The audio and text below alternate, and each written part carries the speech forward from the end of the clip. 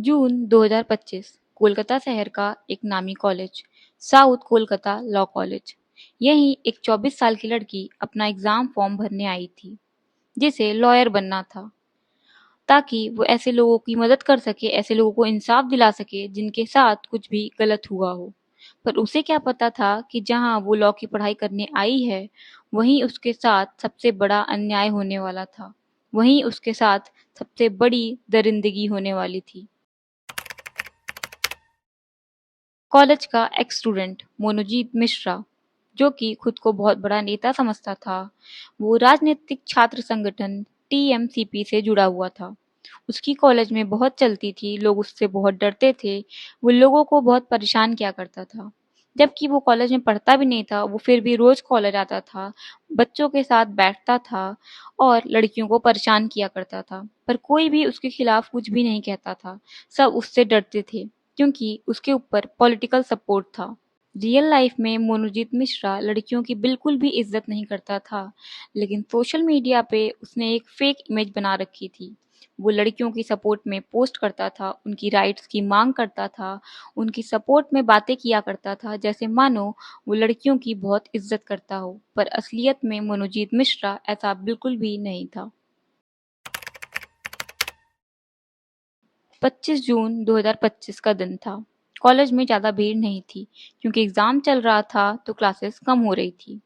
उसी दिन वो लॉ स्टूडेंट भी अपना एग्ज़ामिनेशन फॉर्म भरने आई थी। मोनोजीत ने उसे देखा और बोला कि उसे कुछ इम्पोर्टेंट बात करनी है, वो ज़रा 1 मिनट कॉर्नर में आए। वो स्टूडेंट जाती है तो मनोजीत पहले तो उससे इधर-उधर की बातें करता है और फिर डायरेक्ट उसे शादी के लिए प्रपोज़ कर देता है। वो स्टूडेंट सीधे मनोजीत से कहती है कि उसका एक बॉयफ्रेंड है और वो उससे बहुत प्यार करती है। वो किसी भी कीमत पे उस लड़के को नहीं छोड़ने वाली है और वो मनोजीत को डायरेक्ट मना कर देती है। तभी वहाँ 2 और स्टूडेंट प्रमित मुखर्जी और ज़ैब अहमद भी आ जाते हैं। वो देखते हैं कि मोनोजीत उस पे चिल्ला रहा था। मोनोजीत उस पे काफ़ी चीखता-चिल्लाता है, वो लड़की डर जाती है और इसी वजह से उसे पैनिक अटैक आ जाता है। वो लड़की प्रमित और ज़ैब से अपना इन्हेलर माँगती है, वो दोनों उसे इन्हेलर लाकर दे देते हैं। उस लड़की को लगता है वो बच जाएगी और यहाँ से निकल जाएगी। वो उठ के वहाँ से निकलने लगती है, पर उसे क्या पता था कि बाकी दोनों लड़के भी मनोजीत के साथ ही मिले हुए हैं। जैसे ही वो लड़की बाहर जाने के लिए निकलती है, प्रमित, ज़ैब और मनोजीत तीनों उसे खींचकर गार्ड रूम की तरफ ले जाते हैं। वो गार्ड को रूम से बाहर निकलने को बोलते हैं और उस लड़की को उस रूम में ले जाते हैं। उस लड़की के साथ मनोजीत अंदर शोषण करता है, उसे हॉकी स्टिक से मारता है, नोचता है और इन सब की वीडियो प्रमित और ज़ैब बना लेते हैं। फिर वो उस लड़की को बहुत डराते-धमकाते हैं, उससे कहते हैं अगर उसने इस बारे में किसी को भी बताया तो वो ये वीडियो वायरल कर देंगे। वो लड़की उस रात तो डर जाती है, वो अपने घर जाती है और चुपचाप सो जाती है। वो सदमे में थी और काफ़ी डरी हुई थी, लेकिन अगले दिन वो तुरंत सबसे पहले पुलिस स्टेशन जाती है और ये सब रिपोर्ट करवाती है। रिपोर्ट में वो लड़की मनोजीत, प्रमित और ज़ैब ने उसके साथ क्या-क्या किया वो सब बताती है और गार्ड के खिलाफ भी कंप्लेन लिखवाती है, क्योंकि गार्ड जिसका काम ही कॉलेज स्टूडेंट की रक्षा का है, वो आराम से बाहर जाकर बैठ गया जब ये सब हो रहा था। पुलिस वाले मनोजीत, प्रमित, ज़ैब और उस गार्ड को अरेस्ट कर लेते हैं और इन्वेस्टिगेशन स्टार्ट करते हैं। तब जाके उस कॉलेज की सच्चाई बाहर आती है कि उस कॉलेज में कैसे मनोजीत अपनी मनमानी कर रहा था। वो अक्सर लड़कियों को ऐसे ही छेड़ता था, उनसे बदतमीज़ी करता था। बहुत सारी लड़कियों ने बताया कि मनोजीत ने उनके साथ भी बहुत सारी बदतमीज़ी वाली हरकतें की है। और उसके ऊपर पॉलिटिकल सपोर्ट है, पॉलिटिकल पार्टी का सपोर्ट है। इस वजह से लोग उससे डरते हैं, उससे कुछ कह नहीं पाते।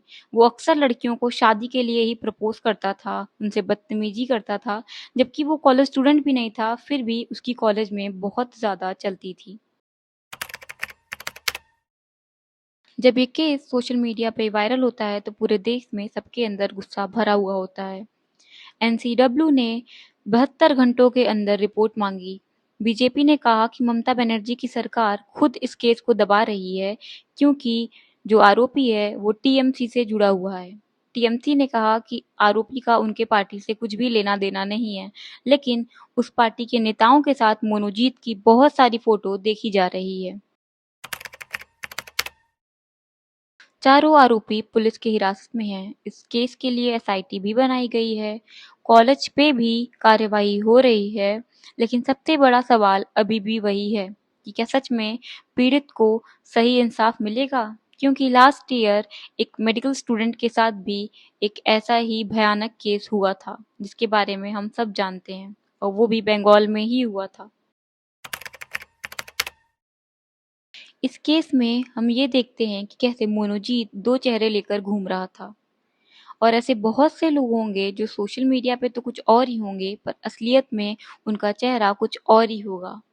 हमें डर कर नहीं रहना चाहिए। हमें हमेशा गलत के खिलाफ आवाज उठाना चाहिए, क्योंकि अगर हम डरेंगे तो सामने वाला हमें और डराएगा, और मोनोजीत जैसे लोगों का मन और बढ़ेगा। गलत के खिलाफ आवाज उठाना ही इंसाफ की तरफ पहला कदम होता है। आज का केस यहीं खत्म होता है। अगर आपको मेरी स्टोरी पसंद आती हो तो प्लीज़ मेरे चैनल को सब्सक्राइब करें, वीडियो को लाइक करें और बेल आइकन दबाना बिल्कुल भी ना भूलें। अब मिलेंगे नेक्स्ट वीडियो में।